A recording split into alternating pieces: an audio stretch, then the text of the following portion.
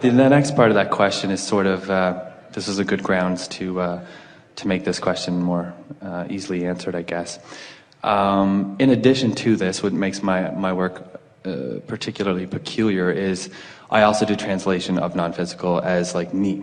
So I do coaching, so I coach actors. And looking at what Esther does here, and I've only been following your teachings for a little bit less than a year, but I mean, I'm really absorbed what's going on here. And it just matched up with what I already had the knowing of. Yeah. And so as Esther sits here and relaxes into the frequency, the station from which Abraham broadcasts, that's very, very, I want to say it's special because it's similar to what I do, but it's funny, as an actor, I can come up with and conjure lines and words and things for characters that may or may not exist, but they do through me. And when I sit and I do this work, let's say with coaching someone or translating for them, I get mostly images, and I look to Esther, who gets the words. And from different people are. Esther's more auditory. You may be more visual, although you are auditory as well. But there is another distinction that we think is worth making here, and that is when Esther is translating for us, we are a consistent energy stream that she has learned to tune to. And so it's an easier thing for her to tune to the consistency that is us than it is for you to tune to the frequency that may be this one or this one or this one or this one. So if you can, as a basis, as something that you do at the beginning of your process, if you can tune into who you are, so it goes like this. You're tuning into the frequency of that broader perspective who is really who you are, who will then tune into the frequency of this one and this one and this one and this one. And Esther is doing some of that here. In other words, there's a lot going on in a gathering like this, and it's a vibrational meeting much more than it is a verbal meeting. So for every word that is uttered, there are thousands, hundreds of thousands of thoughts that are transmitted that are all melded together. And so in the beginning, when Esther was receiving us, it felt to her as if there was a thought and then another thought, and it was almost as if she was reaching up to pull that one down and reaching up to pull that one down. Like there could be many different storylines, where as the time has gone by, now it's so compelling she never has any question about what it is that Abraham's wanting to present in any moment in time. So what we're saying to you is, what makes this successful in the way that it is Esther's vibrational preparation. She meets us at that vibrational place. And your preparation is the same. You're meeting that broader, your inner being, that higher self first, and then everything else will take care of itself. We ask you a very important question at the beginning, and we didn't really take the time for you to give us a sufficient answer. But we want to know, what is your preparation when you are attempting or getting ready to receive inspiration about a character that you might express? Let's just do that for a moment rather than extract it from another. What is your preparation? In other words, we ask you the question, do you get to know the character? Is the character placed in his environment? Is the character placed in his mood or attitude? Is the character placed in his circumstance? Because it's only once you understand those things and you're actually able to acknowledge and emanate the mood of your character, that the appropriate words would then flow through. Because you are diverse in the characters that you're playing. You don't want to be typecast into one.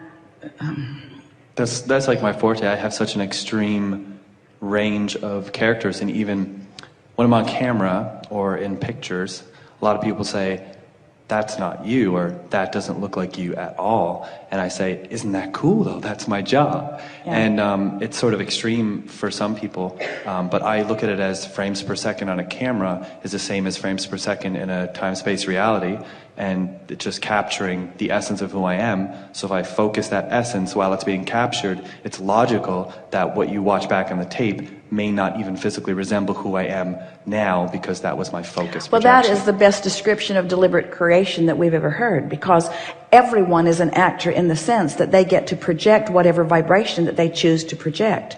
And here you are doing it deliberately, intentionally, in a broad range of attitudes and moods and experiences and life experience. And in every case, you are an actor doing that, so you're not jeopardizing what your vibrational being or point of attraction is. But if everyone who's listening in would understand that deliberate creation is just exactly that.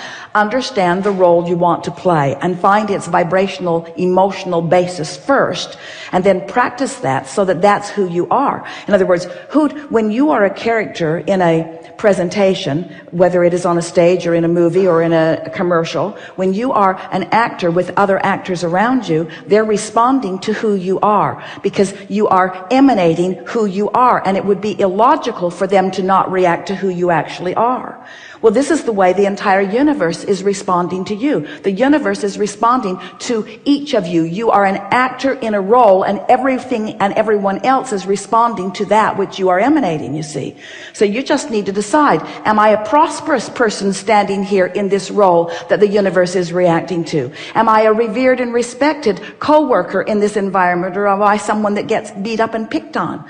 Who am I? Who am I now? What has life brought me to? Who am I as I stand in this point of attraction? Because everyone else is responding to who you are. This is why everyone who has ever written a movie wants a really good cornerstone key actor, because they know you get an actor like that. You just need one actor like that, and an actor that is really in sync with who he is and what's going on. He will extract from everyone that interacts with him the exact performance or behavior. You see, just takes one. Just takes you standing where you are, being who you are. You can set the tone in your family. You can set the tone at your work. You can set the tone in the pod of traffic that's driving where you are. You can set the tone in the behavior of a hotel. You can set the tone in the restaurants that you frequent. You can set the tone for the way your children behave in their life experience. You can set the tone. You are the center of this universe. You are.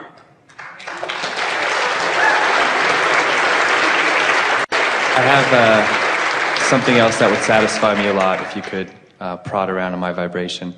That being said, what you said there about setting the tone, I've worked and I've had performances where gone into, I guess, such extreme character, and you talk a lot about in the work of sometimes things will bounce off of people if they're not a vibrational match. And I've been in a situation several times where an actor, maybe who's not up to speed, will kind of like break the scene, and I'm like, oh, what happened? Because then I followed a character and fall off the momentum, and I can feel falling off the momentum. And they're just like, sorry, like you were just a little too intense, or you were too whatever it was. So is that the same thing as the bouncing off? Like, you know what I mean? Well, it is, but we want to go back to what we were saying earlier, because we would spend no time figuring out how well someone is going to respond to you. That's their job. And if you try to get in their head, then you've lost your character.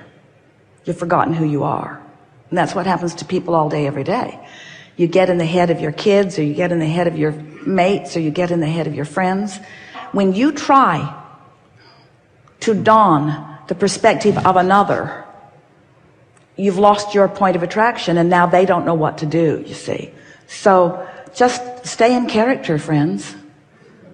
Define who you are and stay in character.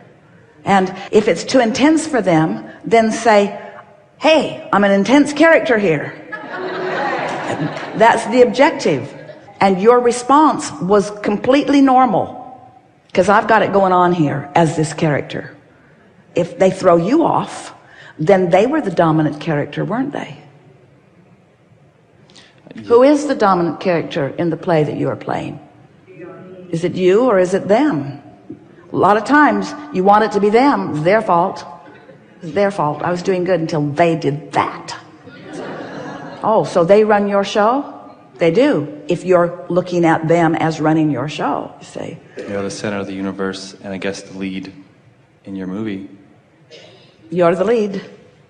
You're the lead, and everyone else is a cooperative component who will read your script and fill in the pieces exactly as you have defined it by the vibrational frequency that you offer. There's been a lot of pieces that have been coming together in profound synchronicity, and I document this like blogs or whatever, and I kind of grounded. I came and I saw you in Phoenix, and you said that, you know, you talk a lot about source and energy and the law of attraction, and you're looking forward to getting into more of the cars and the money and the musical projects and these things that are blended in a sense of not losing the perspective of seeing life through the eyes of source, but enriching it through the physical perspective as a personality, and then as if it's just logical, normal, not I'm attracting, I'm using law of attraction, it's source, it's non-physical, it's just sort of like this blended language as well. And that's where I'm moving forward. And I've gotten a lot of synchronicity. Again, like I documented, just for fun, not for me. Just want to take one moment to say perfect words. Thank you. Yeah. They were inspired. Yeah. You do this to me. Yeah. This is why I'm here, from Canada. So I've had these synchronicities that have been coming around. I'll stay general in this, but a particular actor in the world, and this connection has been made. And I'm not normally into, you know, intuitive, whatever. I keep it real general, real simple.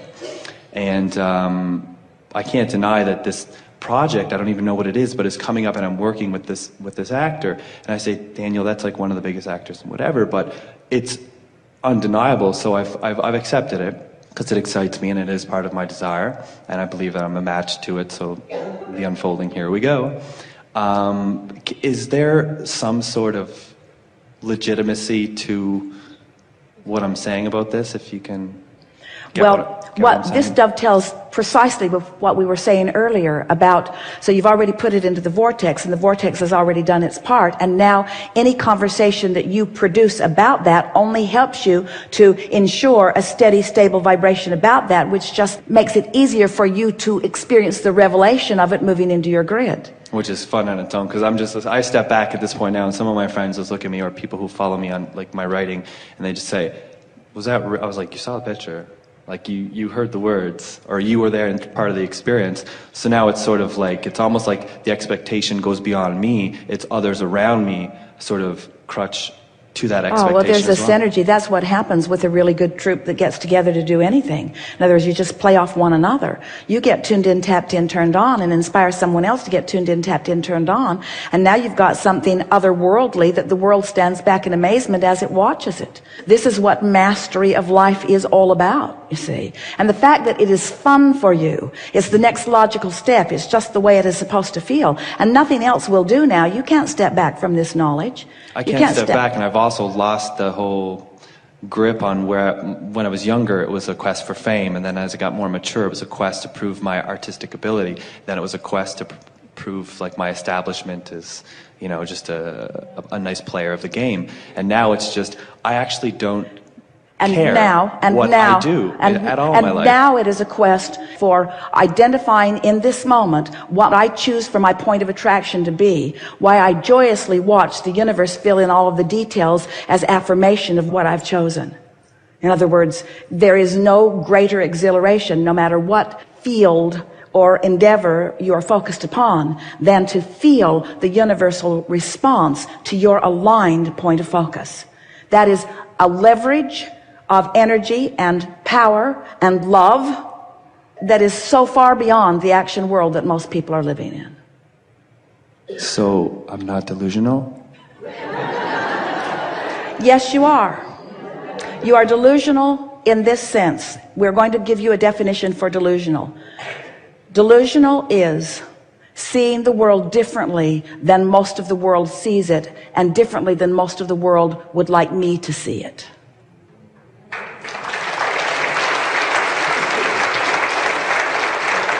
I stand in the delusional place of mastery with all of the greats. This has been delicious. Thank you. Very good.